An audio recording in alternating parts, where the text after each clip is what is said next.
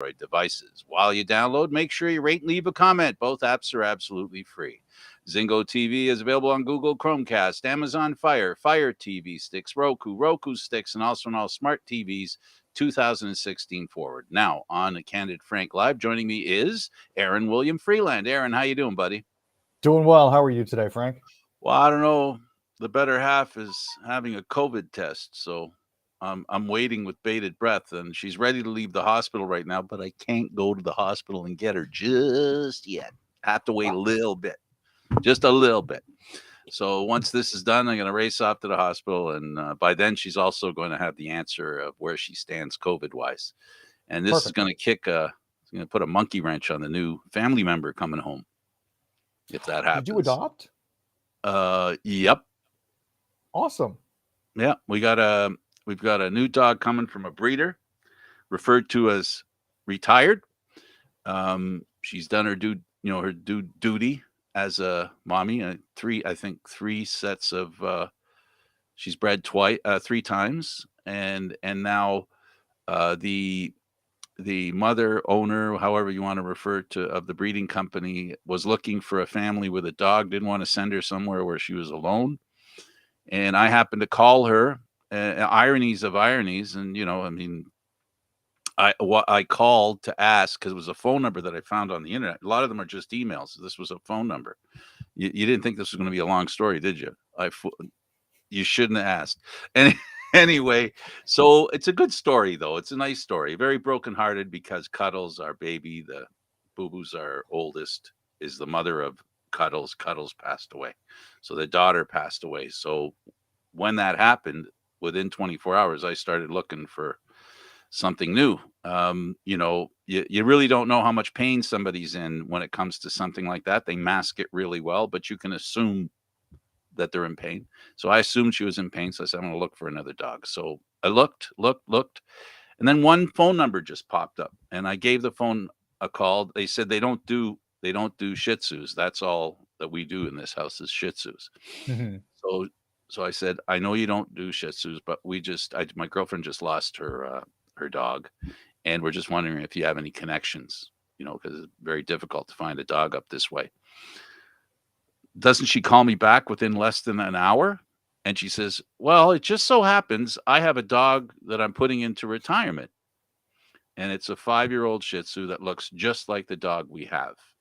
Oh, wow.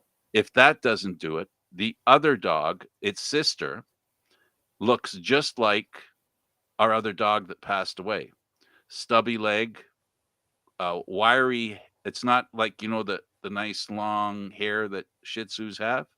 This is kind of like a sheep, you know, woolly, and the face is big like ours was, unusually big for a Shih Tzu, and looked just like her, and that's her sister. So as we figured, it was destiny. We The lady said, I just decided to give it away, but I was looking for somebody, so I called her at the very moment that the dog was being spayed. Our Mhm. dog passed away. Oh, wow. And so the next day, after the operation, decided took a little time and then decided they were going to give it to somebody who had a pet as well, because it's a breeding dog. It's accustomed to a lot of company, so she didn't want to send it to a place where it was just her. She felt that might be too hard for her. So we met on Zoom the next day, our dog, her dog, and everybody liked everybody.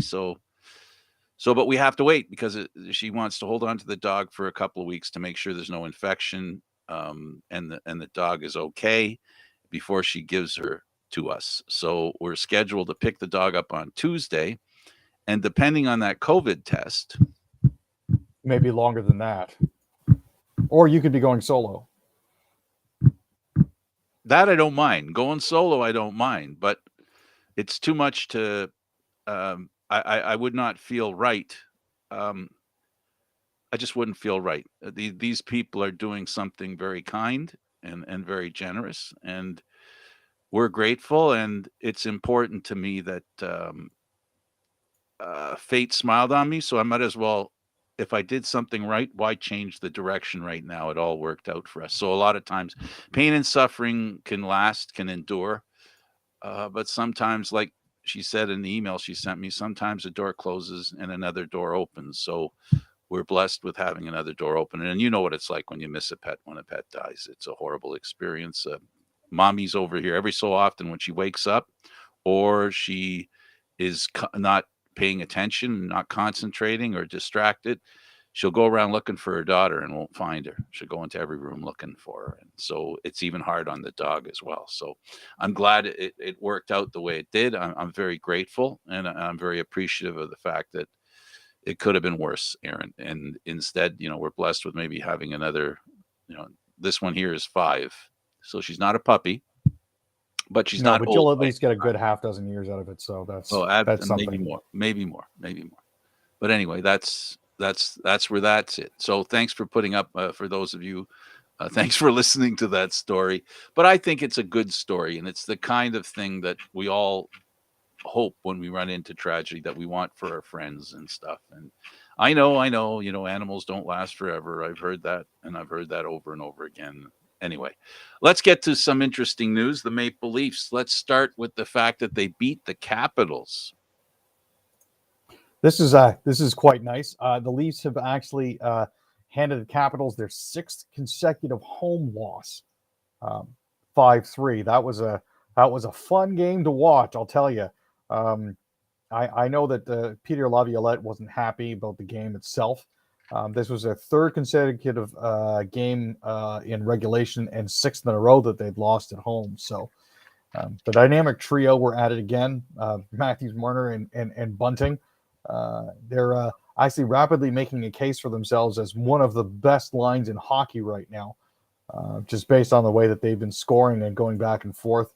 Their knowledge of where each other is on the ice is absolutely fantastic. And we've seen Marner lay no-look passes out for Bunting, and we've seen Bunting What is lay it like no-look passes out for Matthews. What is it like 67 points in the last 12 games or something like that? It's ridiculous, the right? number of points that these guys have had together. So Marner up a month ago was like 100 and something in the standings. He's now up to I think 14 or something like that in that run.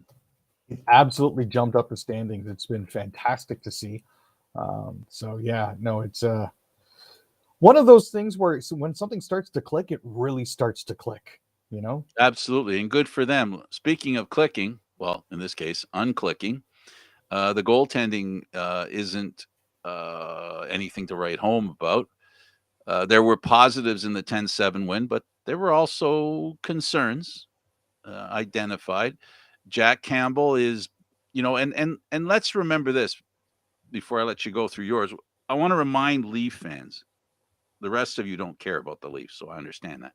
But for Leaf fans, remember Jack Campbell went through a real bad rut before, and soon after, he turned into a great goaltender. And if this is the bad goaltender, Jack Campbell, and the good goaltender lasted for a long time, and by my guesstimation, if he goes on to an equal good run that he had last year, that'd be good for the Leafs.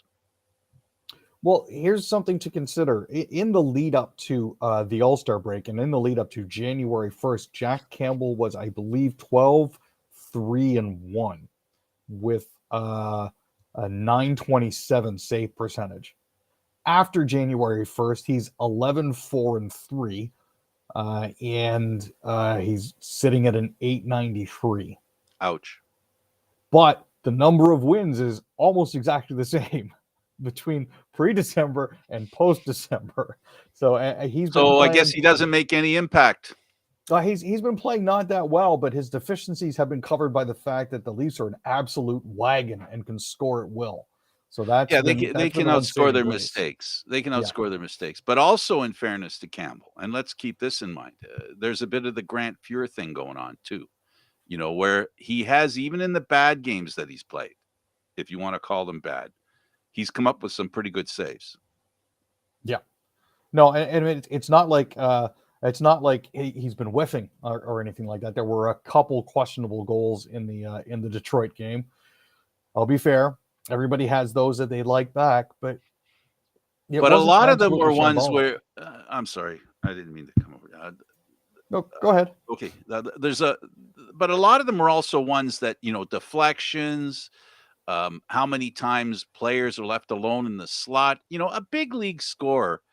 Um, I know. We see goaltenders do incredible things. Guys like Demko, or lots of goaltenders do some great things.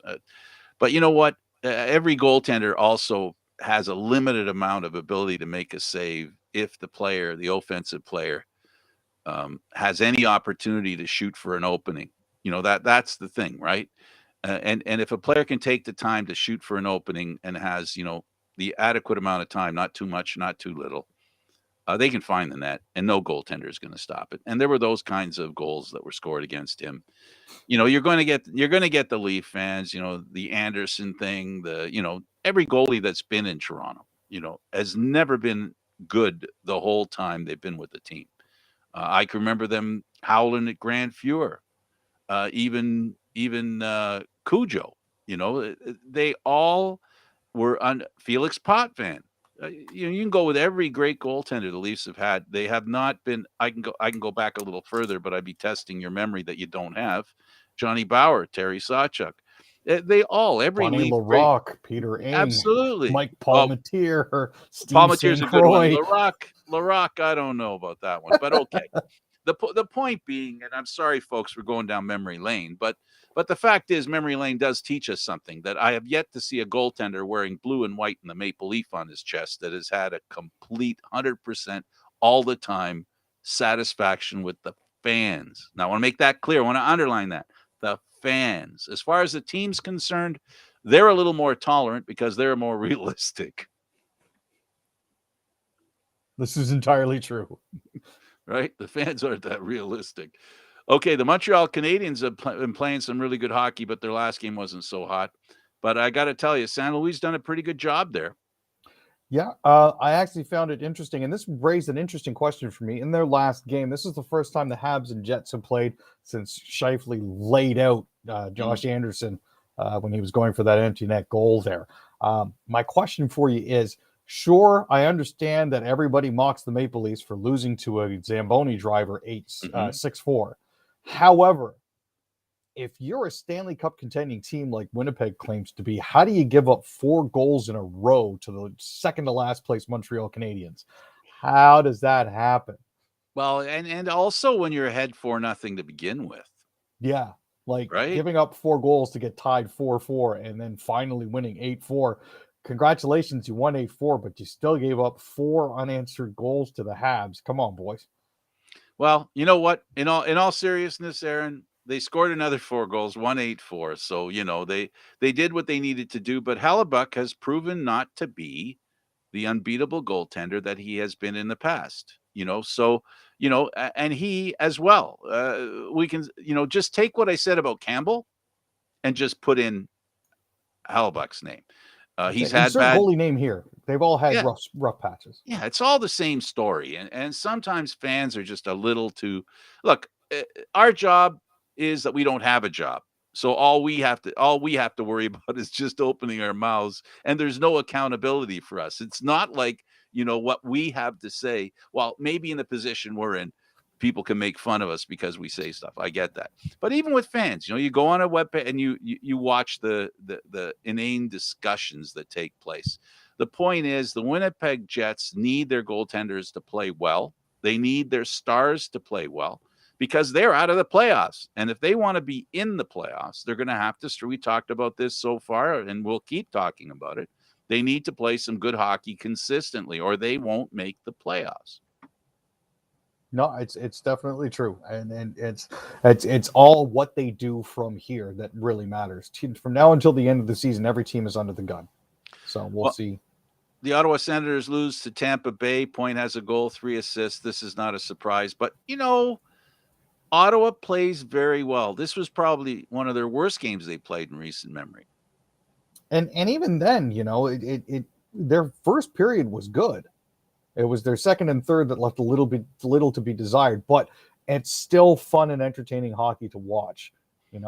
At times it looked like they were having issues containing Kucherov, Perry, and Sergachev, and had a little trouble with Stamkos. But by the same token, they don't look as porous as they have in years past, and that's a very good sign. Shabbat is still eating up minutes, which is a wonderful thing for them on And healthy. defense. Yep. And they had good fan representation in Tampa Bay as well. So Yeah, they did. And of course, the Ottawa Senators are owned um, by a Ukrainian descent person.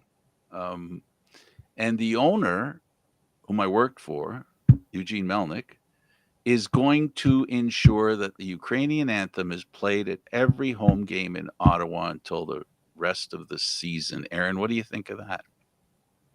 I think as a sign of support for Ukraine, I think it's absolutely fantastic. I also think as the team owner, it's Eugene Melnick's prerogative to do whatever he wants before the game.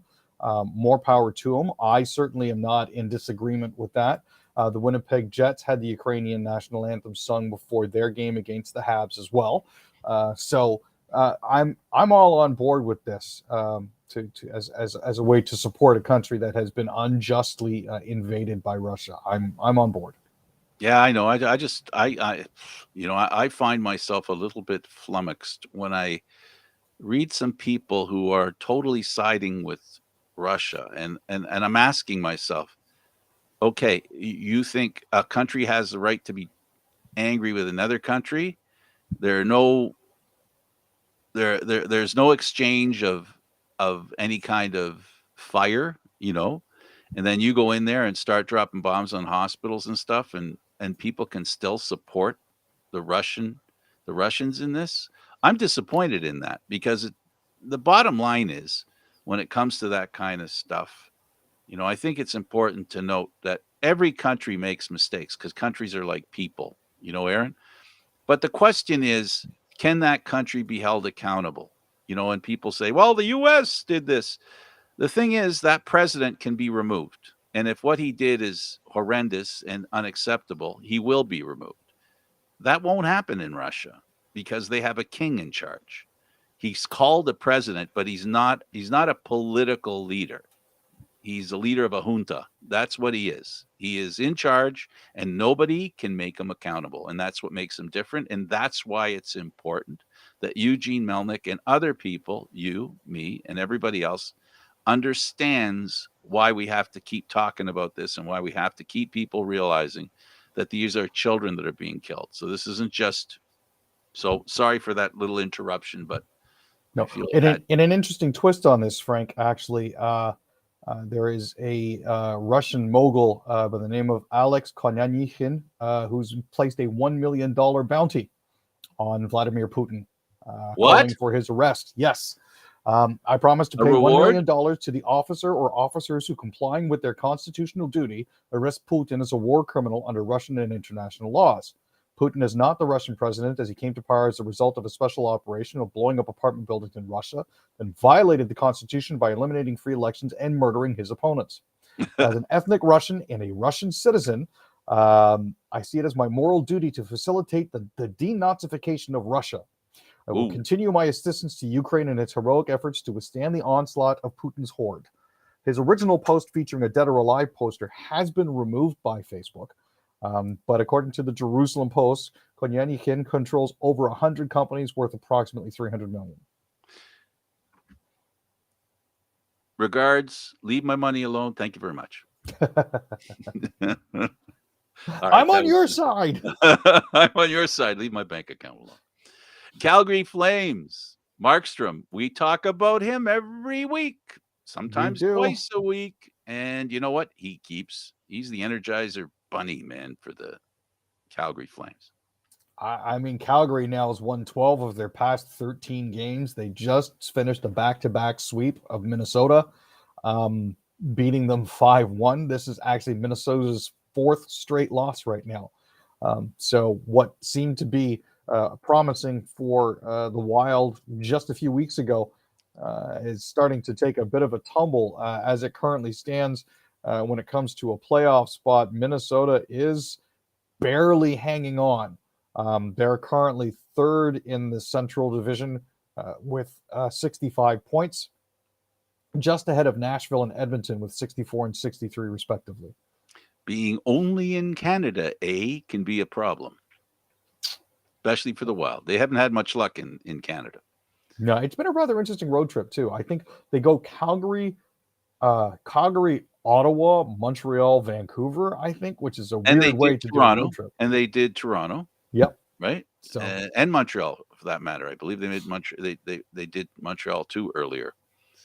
I think they won in Montreal. It doesn't matter. Anyway, so Oilers' Brendan Perlini gets a call from his mom. Hi, son. How you doing? I'm doing fine, Mom. So I'm sorry to hear you're on waivers. huh? Yeah, What? this is another one of those What? spectacular things that the Oilers managed to do, and I don't know how they consistently manage to fail like this.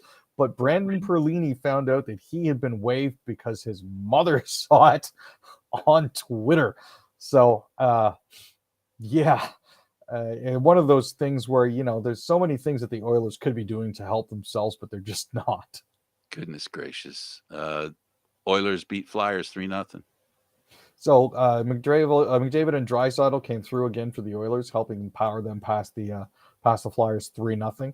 Draisaitl had a goal and 2 assists. McDavid had a goal and assist, and Mikko Koskinen had 39 saves to blank them. So it was a solid effort. Kyler Yamamoto got the other goal. Now the Oilers. Here's an interesting statistic for you, and I can't overstate the importance here. You got to score first. The Oilers are 17-0-0 when they score first. So there's that. Remember that, kids. The brothers Hughes make an interesting bet on the Canucks Devils game, which happens to be their teams.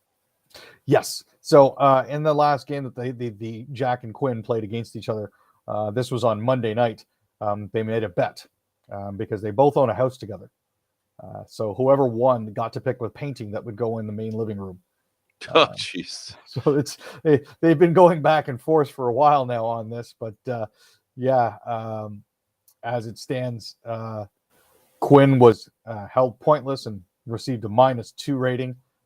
He's having a very solid season though, but Jack gets to choose the painting. So until somebody picks up that reward you were talking about earlier. For Putin, I'm going to give Ovechkin and the rest of the Russians that are playing in the National Hockey League a little bit of a pass, as long as they're not promoting Russia and or the president.